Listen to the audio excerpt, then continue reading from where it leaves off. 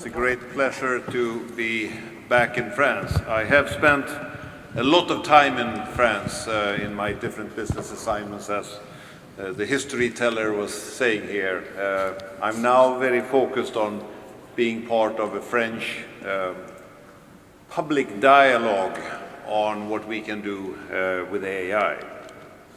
So today I have the pleasure of speaking to you in my capacity as former chairman and current member of the European Roundtable of Industrialists and as chairman of AstraZeneca.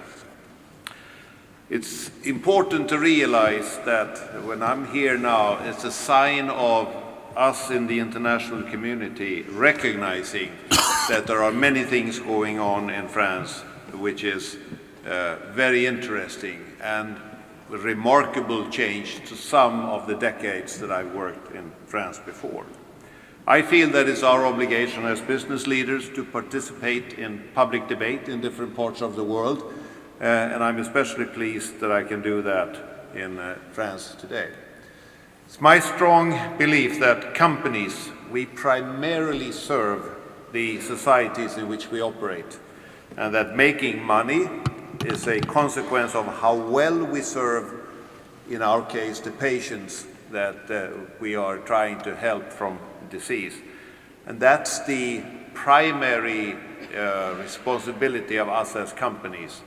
A consequence of us doing that very well means that we will also be a profitable company.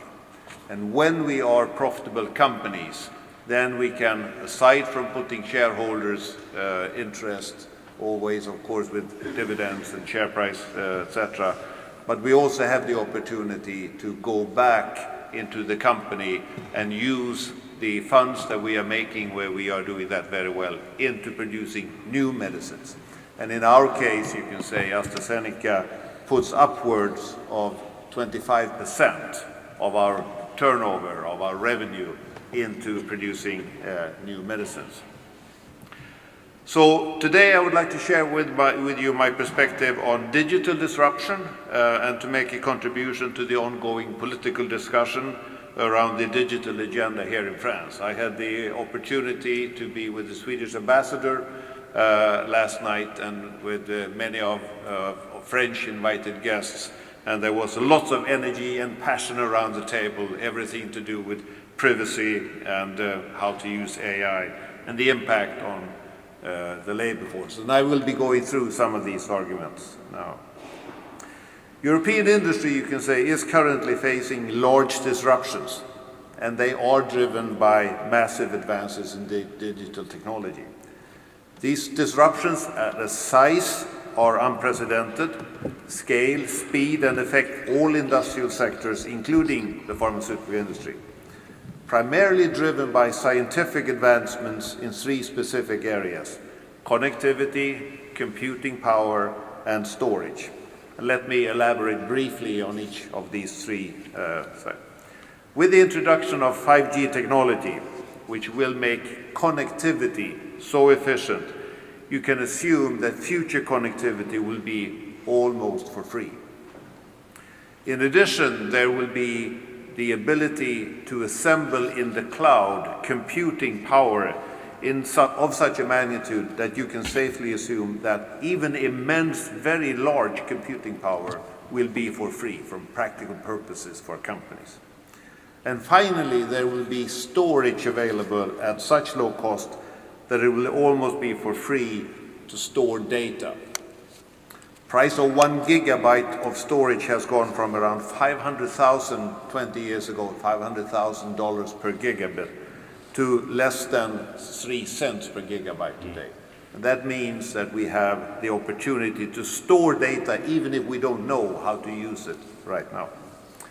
So if you think about those three things for a moment, then we will have connectivity to the entire world, we will have computing power, and we will have storage almost for free, which are the real underlying factors further accelerating this massive digital disruption. This trend provides significant business opportunities and enormous economic potential. Digital transformation has created many new business models. It has, which is very good in Europe right now, we have a new entrepreneurial generation and with the facilities of what we have spoken about in terms of digital economy, that can build a new entrepreneurial culture. And it also holds the potential to generate more value and reduce costs for companies and society as a whole. The digitization of products and services is estimated to add more than 110 billion of revenue for industry per year in Europe, and artificial intelligence could actually contribute these are almost unimaginable numbers, 16 trillion to the global economy and boost GDP growth by up to 26% in China. And this is important now, 26% in China, 14% in North America, and 10% in Europe. But there is a significant gap then between what European companies and those in the US and China when it comes to the digitalization of their businesses. For example, to which they invest in and use digital technologies and are able to capture the gains from the adoption of digital assets. The economies with a higher growth, and that's really the reason for the difference in the expectations of benefit advantages to the different continents here, will benefit most from artificial intelligence implementation, and it could increase the productivity between the leading economies and the laggards. The more you grow, the more use can you have of artificial intelligence. Therefore vital for the European economy to quickly deploy and adopt AI. Some non-European digital platforms, such as Facebook and Google, rapidly dominate a market due to networking scaling effects and the control over users' data, often leaving only one or two players as gatekeepers on a specific market. Europe, therefore, risks losing the customer interface to non-EU based tech giants. These platforms favor their own vertically integrated services, impeding competition not only for direct competitors but also for new entrants. And as a result, European companies could find themselves in a situation that they no longer primarily battle for the customer, the end user, but only for access to the intermediary. The digital revolution will not only disrupt European economies, but also the lives of Europeans and the way we work. This raises important societal questions about the future of work, individual freedoms, ethics, trusts, and prosperity. People need to trust new technologies if they are to use them. Moreover, digital disruption is creating widespread anxiety about losing jobs. Some jobs will disappear in both manufacturing and services, while new ones will be created. And the net impact of the number of jobs is very hard to predict. It's clear, however, that digital transformation will have an enormous effect on the workforce, and that's valid for countries, it is valid for companies, but it's also very valid for individuals to make sure that all of the three, countries, companies, and individuals, are competitive for the future. Unfortunately, it's also clear that so far the European industry is lagging behind and facing severe competitive pressure, especially from the US and increasingly from China. By 2017, only 10% of new unicorns were EU-based, while 47 and 37 came from the US and China, respectively. Moreover, European consumer platforms represents only 4% of the global platform market by market capitalization. Very low numbers. And almost half of Europeans have security concerns when they use the internet for their online services. Most of what I've described so far may sound negative, but these are not laws of nature. And I strongly believe that we in Europe have the opportunity to change this direction and this ranking order, and to ensure that Europe plays a critical role in leading the next wave of the digital revolution. Many businesses are impacted by digital revolution, such as the automotive industry, I've been part of that, the transportation industry, oil and gas industry, as well as the healthcare sector. As the chairman of a leading pharmaceutical company such as AstraZeneca, I would like to share a couple of digital innovations that will continue to alter the ways in which providers and patients deliver receive and pay for healthcare. Firstly, cloud-based electronic records are improving access to health information. Most providers have already instituted electronic medical records of their patients.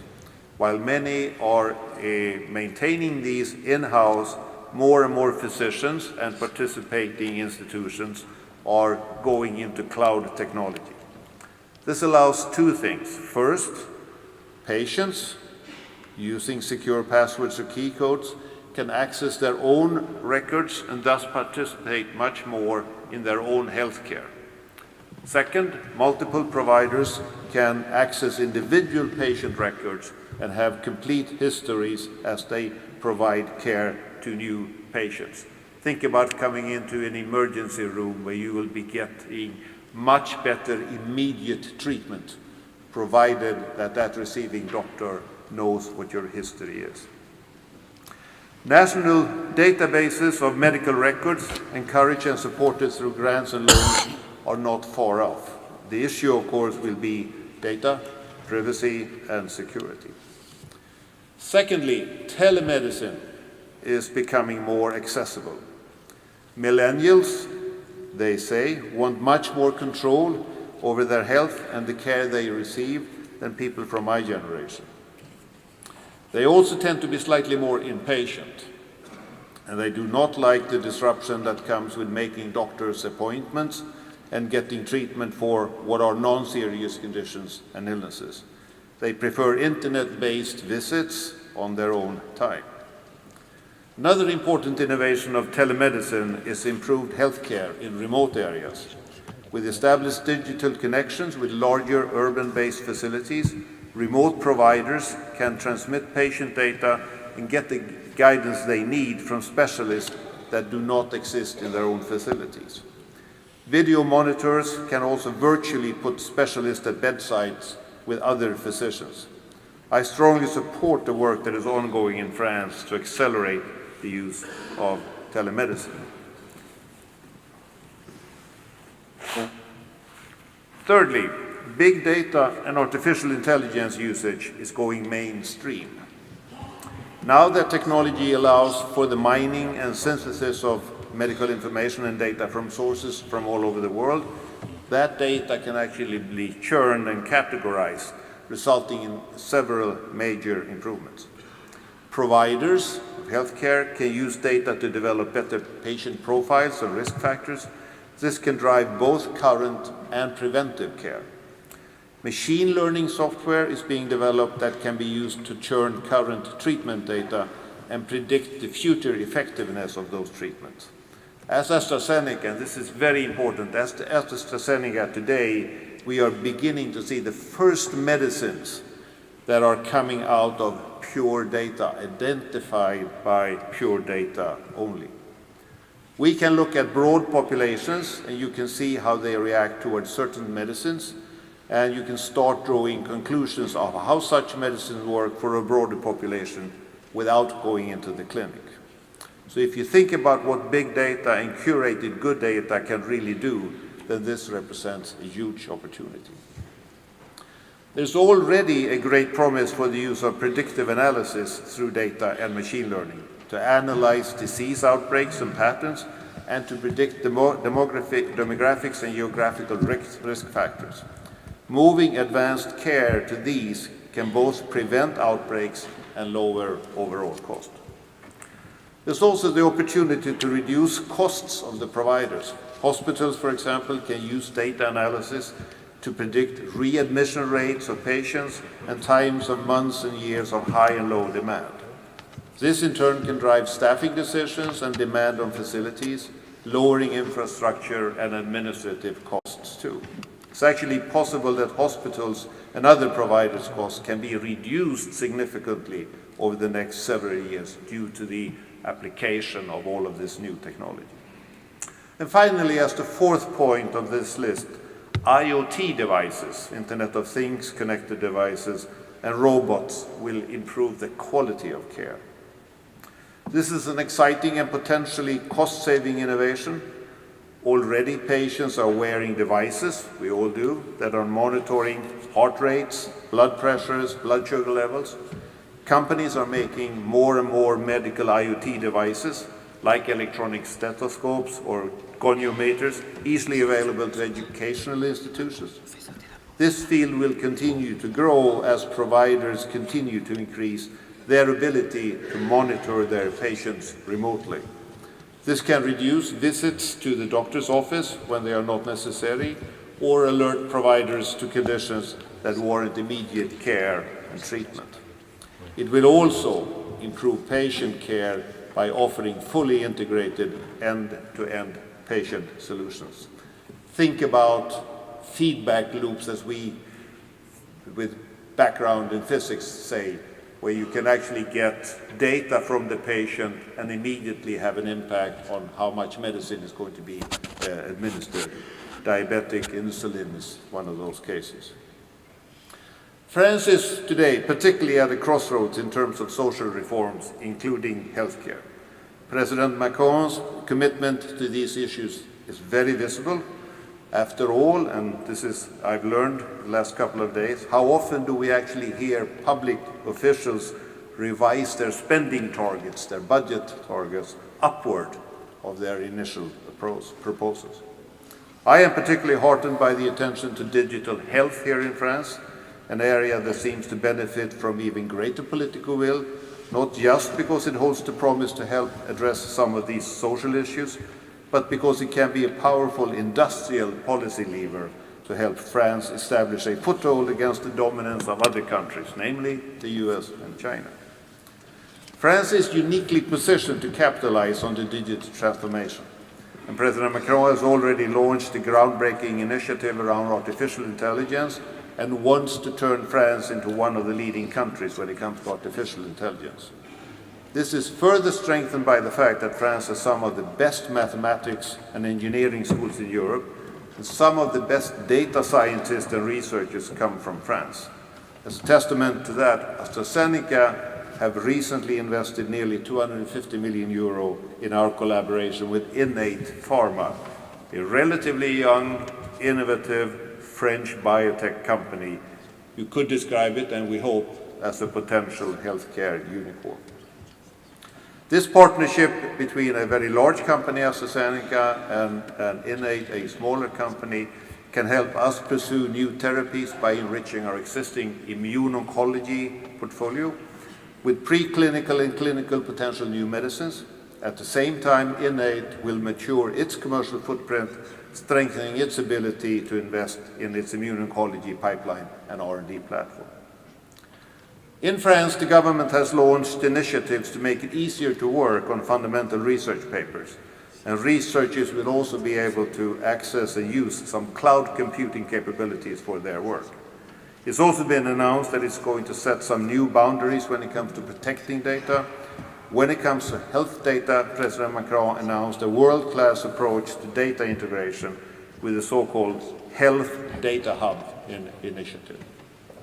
The potential for digital health in France is immense. In healthcare alone, it will improve overall patient care, accelerate and lower the cost of research and development in data-driven avenues, such as precision medicine, individualized medicine, further optimizing healthcare spending, and will help the government reach remote areas where logistics make doing so challenging. But to truly capture its potential, this needs to be a long-term public-private partnership. Healthcare professionals, physicians, medical and research institutions, payers, providers, and industry, which can contribute the necessary funding, scale, and expertise, must work together to further revolutionize the French healthcare system. AstraZeneca is eager to contribute to the Health Data Hub initiative and other platforms to drive this ambition forward. In closing, let me say I believe that a new kind of consumer, a new kind of patients means new ways of doing business, customers in a general sense. Today, most companies are either thinking about or pressing ahead with digital transformation initiatives. Every company has a website, and few marketing strategies are signed off without incorporating social media today. Certainly, social media is a critical component of any digital strategy, but a holistic response to the digital shift must go further than social media. The digitization of everything is a step change, even greater than the invention and adoption of internet, primarily because of its scale and pace of change. What we describe today as digital, in a few years' time, will have no need for that descriptive word. Digital camera is already a mere camera to those who know no different. And in the same way, a digital strategy of countries, of companies, and even of individuals will become business as usual strategy. This is why it's so important for Europe and for France to catch up with the US and China and learn while there is still time.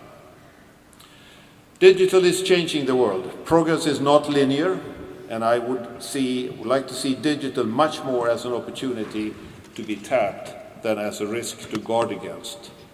Not every digital initiative will work for every organization, and it is important to assess capability and capacity for change before deploying an important digital strategic change. In general, though, the more holistic that initiative, the greater the chance of success. What I'm seeing here in France is a holistic, bold, and ambitious approach to lead Europe in the digital space. And I believe by acting now, France will stand to gain the greatest advantage for its companies and for society as a whole. Thank you.